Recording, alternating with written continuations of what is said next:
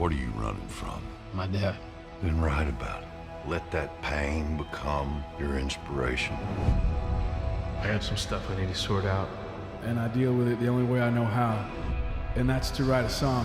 I really enjoyed getting to see this film. I've been to Mercy Me concert before, familiar with the band, and I was reading, I even understand that Bart asked you guys to direct the film. Yeah. It was just, it just kind of was meant to be. It was kind of fate. You know, the really good stories kind of find you. And so we invited Bart to come to a screening of one of our other films that we were promoting.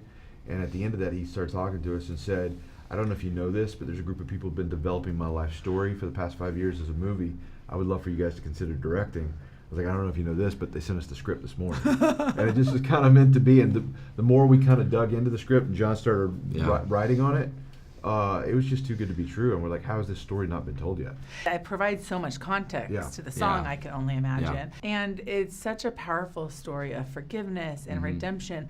But I thought it felt very real, like those things didn't happen immediately, right? Like it took time to develop. As directors and showcasing that on screen, like how do you accomplish that? Well, we do stories that we believe fully in, and we do stories that we feel like are authentic and believable and not forced. And so that's why we love true stories.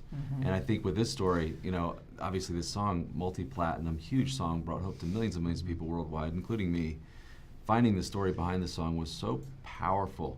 I think forgiveness is the highest form of love, you know, but it's difficult. And to watch, and so we wanted to make that a part of the story, that it was difficult for Bart to forgive his dad. And even though his dad was changing, and Dennis Quaid portrays that change in such a powerful way. Yeah, he does. It was a tough decision, as forgiveness always is, but a powerful one. And to see that choice to forgive and the mending of that relationship give us all a song that has brought hope to millions of people around the world, that was a story that we thought, we have to figure out how to get this to the screen. Father-son relationship is huge, and in real life, outside of film too. You guys are real brothers, so it made me curious, like with your father, kind of what that looked like growing up, kind of maybe some things that you see reflected in your life today that he imparted on you. I think you know, for whatever reason, every guy really has this intrinsic need to have their father stand in approval and applaud what they do and say, you know, you're enough. So I think, you know, regardless if it's a good relationship, bad relationship, that validation from a father figure is huge. For us personally, you know, in the story, Bart's dad comes around to say, son, you have a gift and I believe in you. We had that very early. My dad bought us a camera when I was 16 years old, and he said, guys, dream bold, dream big, dream the impossible.